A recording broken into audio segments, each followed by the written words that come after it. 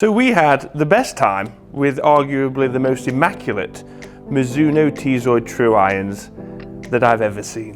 But today, from the same owner of those irons, we have an absolute gem of a driver. And it's one I remember quite fondly.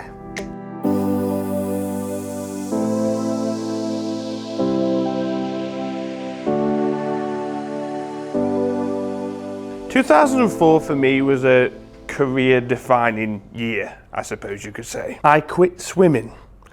I also quit football, soccer. But the thing that really surprised everyone was the fact that I sold my motorbike to pay for my first junior membership at Rufford Park. So yes, 2004 was the year that Al, myself, took golf a little more seriously, I suppose you could say. But just as a hobby. Not interested in working in the golf industry, not as a career. Nah. So you could say this is going to be more of a sentimental kind of retro review because of this boy right here.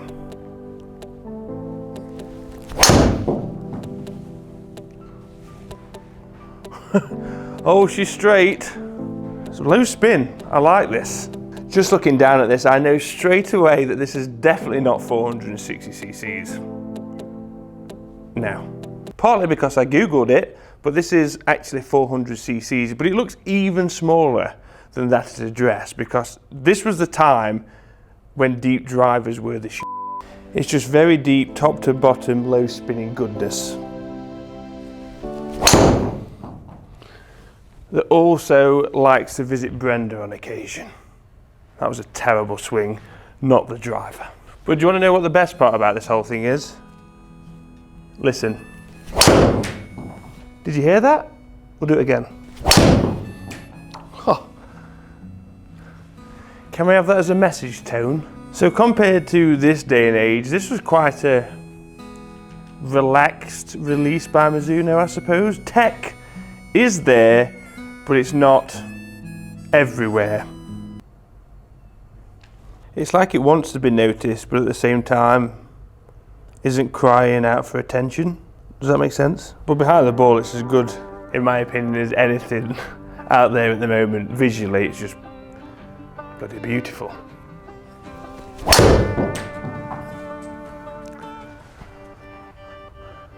And, well, that's long. The thing is, something like this, there's a good chance that it could go longer than a modern driver for me because it's just built purely for low spin. Low spin for days. So we've got like a graphite lattice around the back. A few companies are doing the lattice again. The lattice shall remain. So with this being a retro review, throughout the video we will be throwing some crazy facts from 2004 that I've definitely forgotten about. Did you know 2004 was the year Facebook launched? But an unbelievable fact, it was called The Facebook when it was launched. Staggering. Have that one, Zuckerberg. The total number of internet users in the world was 913 million, which was 14% of the world's population. Guess what it is now? Now, we have 4.6 billion users as of today, which is 60% of the population. Even my nan uses the iPad for the Facebooks. I watch your videos on the Facebooks. Thanks, Dan.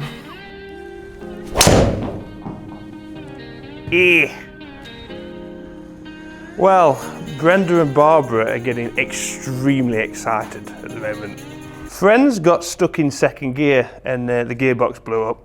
So, yeah. Friends ended in 2004. No one told you life was gonna be this way. That's what you keep coming back for. Whoa, hello. That flew all the way to 292 yards and then rolled to 204. Whew.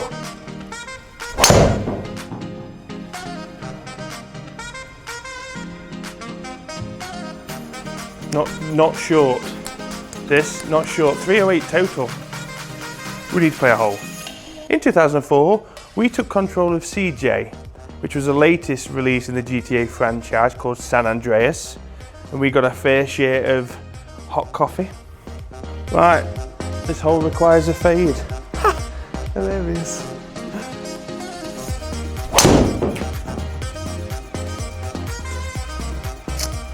Well, I thought it was funny anyway. Get on. Ah! 2004 was also the year for the release of the Nintendo DS. I'm going for this, 350 yards.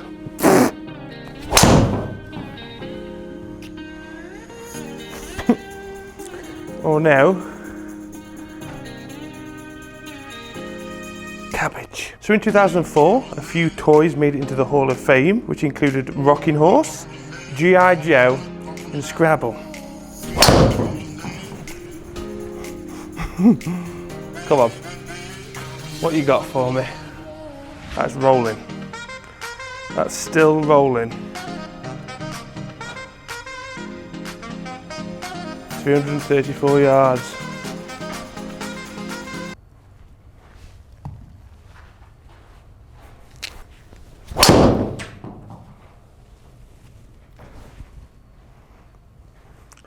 No.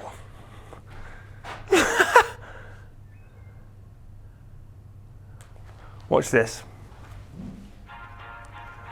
315 yards total. All for the spin. Loving the low spin. Right, numbers guys. If I don't see you before the new year and Christmas, Merry Christmas, Happy New Year, stay safe, love you all. I was going to blow you a kiss then. There you go, welcome. Lovely. We had a club head speed of 116 on average. This is feeling pretty heavy, I'm not going to lie to you, so that's on the slower end. Ball speed was 173, but that's giving us a smash factor of 1.49. So even though we hit it absolutely everywhere on occasion, actually let me get rid of that blue one. Look how short that blue one is. Got rid of that one. So club head speed 116, ball speed 173, carry was 288, with total distance of 306. Like I say, it's weighty. If you could get this thing up to speed, it would be extremely fast. We had a lot of low spins in there, but that was what I noticed more than anything with this. It was either extremely low or it was extremely high.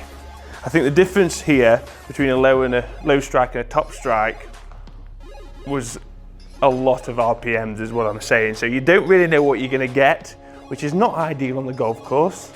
But this is just one of those drivers that you know you've got to give credit to. It's fantastic, it's fast. And I've grown up with this thing. So like I say, it's more than just a golf club. It made me sell my motorbike. Thinking about it, could have been a bad idea. Anyway, it's been an absolute pleasure as always. Like I say, this is why I love retro reviews so much. Otherwise this would almost be forgotten about. It's bringing things like this back to maybe the younger generation that don't even know what this is. It's like a VHS.